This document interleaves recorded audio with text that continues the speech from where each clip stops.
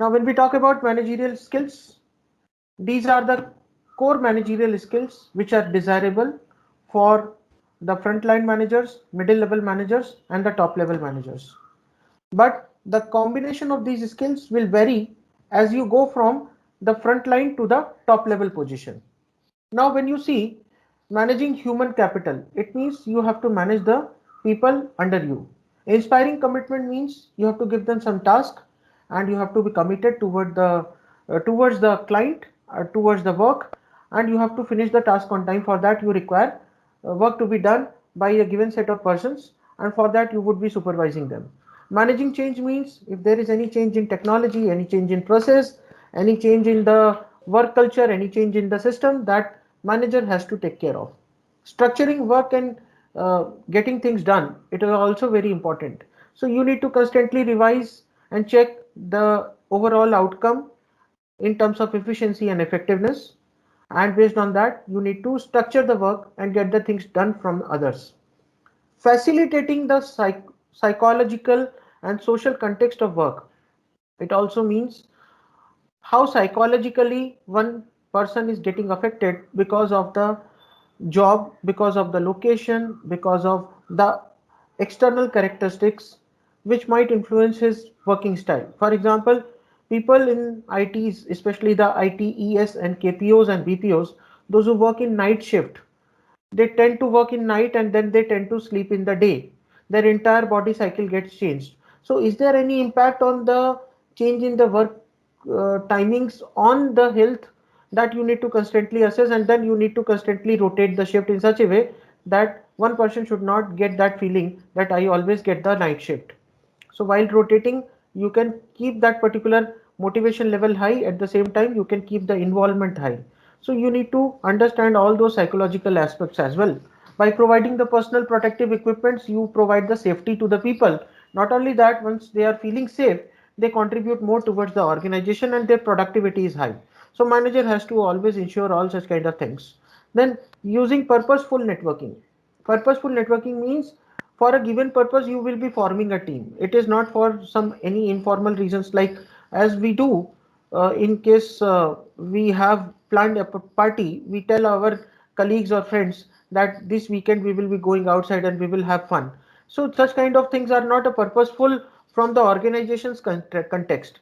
So while you are talking about the purposeful networking, you have to constantly form the groups, the networks between the company and the clients, the company and the customers, company and the suppliers, company and the external agencies like government agencies. This is what required at the organization level. For that, the managers are very instrumental. Managing the decision making process, someone has to take the decision, and for that the managers are always taking the lead. Then managing the strategy and innovation, it is also the part and parcel of the manager's job. Then managing logistics and technology, very important. As a manager you need to constantly upgrade the technology, constantly instrumental in providing the training, constantly instrumental in improving the logistics aspect, the supply chain management part. So these are the managerial skills which are required. Now moving ahead, let us understand the Mintzberg managerial roles.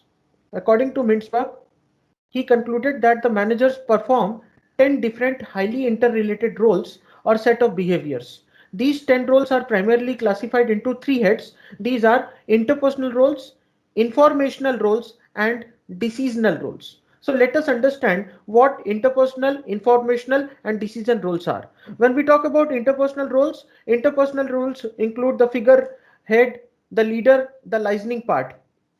Now, when you talk about the role of a leader, leader's role will be to lead others by setting some examples, by giving them the directions, by formulating the strategy. So you will be also assuming the position of the figurehead or the head of the particular organization or the department or the particular function. Listening is also equally important. You will be listening with the from organization's point of view to the outside stakeholders, those who have direct or indirect vested interest in the organization. Informational role talks about how you are providing and disseminating the information to the common public, to the customers, to the suppliers, to the government agencies, to the labor unions and other parties who are having vested mutual interest in the organization, either in the form of a stake or some indirect interest. So you will be sometime acting as a spokesperson, a disseminator of information, a monitor who will control what information should go to the outer stakeholder, or what information should go to the company's internal stakeholders. Then decisional roles talks about the role of a negotiator. Sometimes you have to negotiate between the lower management, the workers. If their demands are not been fulfilled, sometimes they go for the strike. So you not only have to negotiate with the internal stakeholder, these are the workers, but you have to also negotiate with the government. You have to also negotiate with the third party unions. You have to also negotiate with the suppliers for the raw material, for improving the quality, for reducing the cost, and many other reasons. Resource allocator means, as a manager, your decision will be to allocate the five major resources of the manufacturing companies. These are classified as man, money, material, methods, and machine. These are very important because these resources, if allocated in improper way, it will add to the cost of the organization, and increase in overheads will reduce the profitability.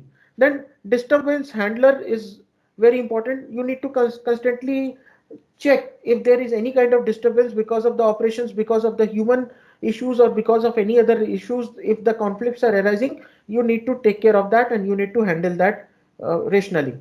Then entrepreneur's role is to take that risk in a given position, and then not only taking risk but also encouraging others in achieving a particular task.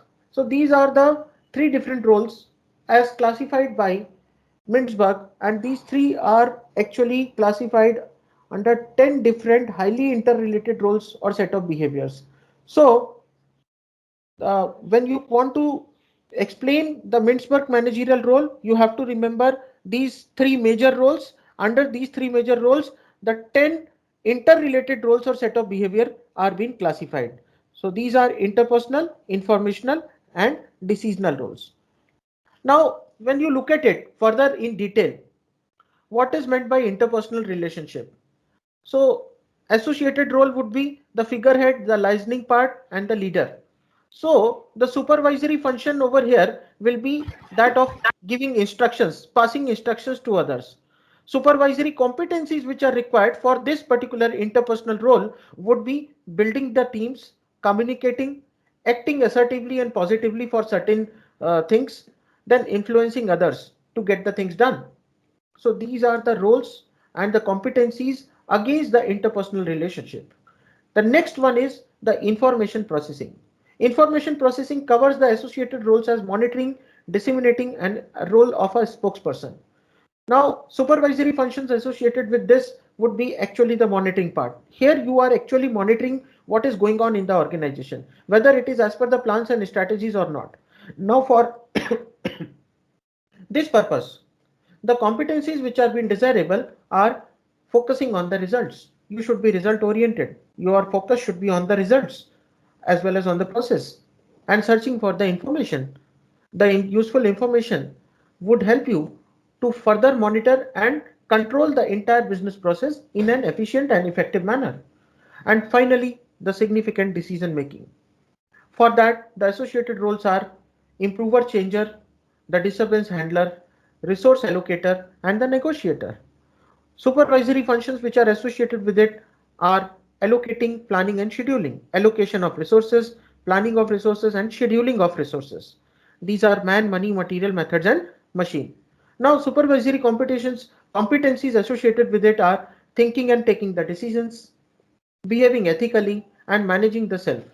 So these are the Mintzberg role classified under three major heads, and these are the 10 associated roles. This is very important not only for exams point of view, but also from corporate leadership point of view. If you want to be a leader, you need to identify your competencies and you need to work accordingly. Now let us understand what is meant by interpersonal roles. When we talk about figurehead, figurehead means the symbolic head who is required to perform a number of routine social or legal duties. A leader is responsible for motivating and activating the subordinates as well as for sustaining and associated duties. Listening maintains a self-developed network of outsiders and contacts who provide favors and information. So figurehead is the symbolic head. Leader is responsible for motivating and activating the subordinates. He acts as a driving force to get the things done from the people. Listening actually helps in networking part. So these are the interpersonal roles. Now let us understand the informational roles. Under that we have monitoring, means receiving wide range or wide variety of special and current information to develop thorough understanding of the organization and the environment. Disseminator transmits the information received from outsiders and subordinates to organization members. A spokesperson transmits the information to outsiders about organization's plans, the policies, the actions, and the results. Today, you will find the IPO of Kalyan Jewelers. Now, there must be some spokesperson from the company on behalf of the company which have given the information to the common public or to the news and to the media. Because of that, this information has reached to us that Kalyan Jewelers is now launching an IPO. So all these things are the roles and responsibilities which are coming under the informational roles. Let us understand the decisional roles. Decisional roles includes entrepreneur, disturbance handler, resource allocation, and negotiator.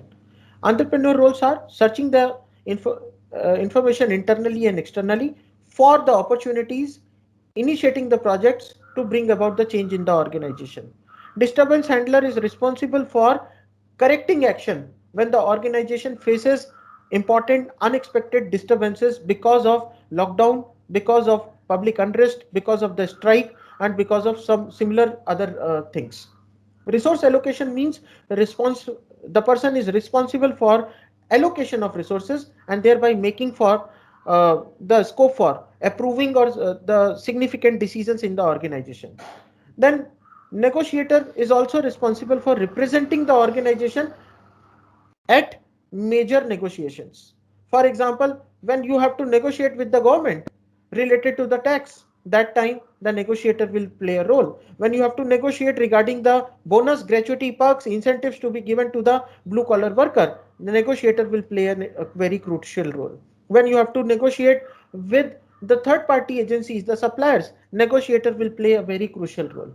So these are the decisional roles as per the Mintzberg model. Until now, the points are clear to everyone? Yes, sir. Yes, Okay.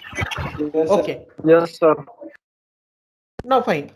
Let us understand the concept of universality of management. Universality क्या होता है? Universality of management means that the principle of management are applicable to all types of organizations and the organization levels respectively. मतलब ये जो आप यहाँ पर जो कुछ भी प्रिंसिपल अप्लाई कर रहे हो इंडिया में, वो यूरोप में भी अप्लाई होंगे, वो अफ्रीका में भी अप्लाई होंगे और वर्ल्ड के किसी और कॉन्टिनेंट में भी वही प्रिंसिपल अप्लाई होंगे, उसमें कोई चेंजेस नहीं होंगे. This is why the principles of management are called as universal in nature. They are universal. They will not change from places to places. They will be universal. It means that the manager uses the same managerial skills and principles in each managerial position held in various organizations. Your experience, that is why being counted even if you are going to any other company in the role of the manager. Universality implies transferability of managerial skills across the industries and the countries. It means that the management is generic in content and is applicable to all types of organization. Accordingly, an industrial manager could manage a philanthropic organization, a retired army general could manage a university, a civil servant could manage an industrial organization, and so on. Examples are being given over here. Universality का मतलब ये है कि एक कोई industrial manager कल को जाके कोई एक चैरिटी वाली ऑर्गेनाइजेशन बना सकता है. आर्मी का एक रिटायर्ड जनरल एक यूनिवर्सिटी मैनेज कर सकता है, because principles of the management are universal across all the lines, across all the domains, all the departments, all the industries, and across the countries also. So this is what called as the concept of universality of management. Now let us now understand the universal need of management. Universal need क्यों होती है management की, क्यों हमें जरूरत पड़ती है, हम क्यों सोचते हैं कि मैनेजमेंट के प्रिंसिपल्स को across the globe, across the country, across the industries same होना चाहिए. तो उसको समझाने के लिए ये फ्लो चार्ट दिया गया है. according to this particular flowchart, management is needed in all size of organizations, small or large.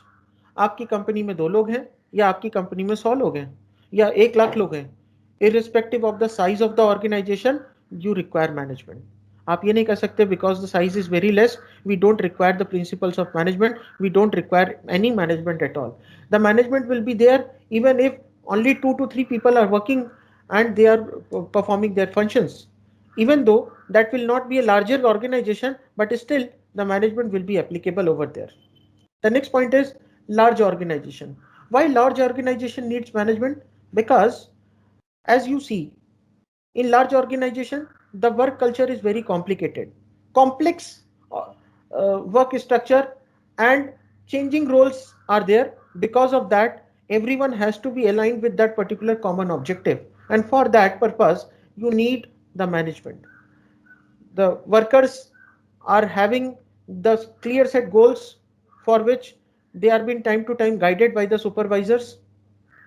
Middle level managers have got different set of goals, and top level managers, they have a different set of plans and objectives in terms of formulating new plans, new strategies, expanding in a new market, launching a new product, deciding about the product life cycle, deciding about the strategy, deciding about the negotiating with this particular government agencies and the third party agencies. So as you can see, all size of organizations, irrespective of their size, will need the management. Since they need the management, therefore the principles are also universal in nature. And that is why I gave the example in my previous slide that even a manager who is working in the industry and if he gets retired can open a philanthropic company tomorrow. An army journal can work in the university because he knows what is administration. He knows what are the functions of management, planning, organizing, leading and controlling. Now, all organization areas, whether it is manufacturing, marketing, human resources, accounting, or information system, they need the management. You will not say that management does not exist in marketing organization, or for instance, the organizations totally providing the human capital, like placement agencies. Everywhere there is a management, even in accounting also. If you don't have the proper management practices, you will not be able to record the transactions. You will not be able to interpret the transactions and you will not be able to assess the net financial result or net financial position of the company in terms of the profit and loss statement and the balance sheet respectively. You will never know what is the gross profit, gross loss. You will never know what is the paid up capital, what is the subscribed capital, what is unsubscribed capital, what are the bills receivable. So for that purpose, you need consistent management. Even the depreciation is being charged at a particular rate and that is being prescribed by the management, and this is as per the standard policies of Indian accounting standards. So these all talk about the management. You need to control all the expenses, and for that purpose, even in accounting also we do the management. Without management, no organization will flourish. So management is very important. Information system, as you know that the information is just growing very fast. Today, vast information is available with every company. Now they are churning out useful insights out of this particular information by way of the data analytics, marketing analytics, financial analytics, HR analytics, and operations analytics. So these analytics are basically helping the organizations to get useful information. Based on that, the decisions are being taken. So you require good data. You require a person who can interpret that data with the help of the statistical tools, and for everything you require proper management. You cannot reveal the data directly, you cannot leak the data directly to the competitors, otherwise they will take undue advantage of it. Now all types of organization, whether it is a profit organization or a non-profit organization, will require the management, and that is why the principles of management are universal. Profit oriented and non-profit oriented do have their management principles, policies in place. Not for profit organizations, just like political organizations, the social welfare organizations like Red Cross, Lions Club, and many others, their objective is not to earn the profit, but still they have a management. in place, which is actually looking after the day-to-day affairs and is helping the company, helping the organization in licensing, in networking, in disseminating, and performing all the 10 roles which I have just explained under the Mintzberg example. Now, all organization level, whether it is a top level or a bottom level, will require a management. You cannot say that the management should already and should only be limited to the top management. There should not be any management at the lower level. You require management at different level, at a different magnitude. The entire nature might be different, but the principles will remain same. So for managing the workforce in the organization, whether it is a small organization or a large organization, whether it is a top management or a bottom level management, whether it is a profit making organization or a non-profit making organization, whether it is a manufacturing organization, marketing organization, human resource management organization, accounting, information system, everywhere you need the management practices and the principles, and for that purpose you say that these management principles are universal in nature. The point has been clear to everyone? Yes, sir. Okay.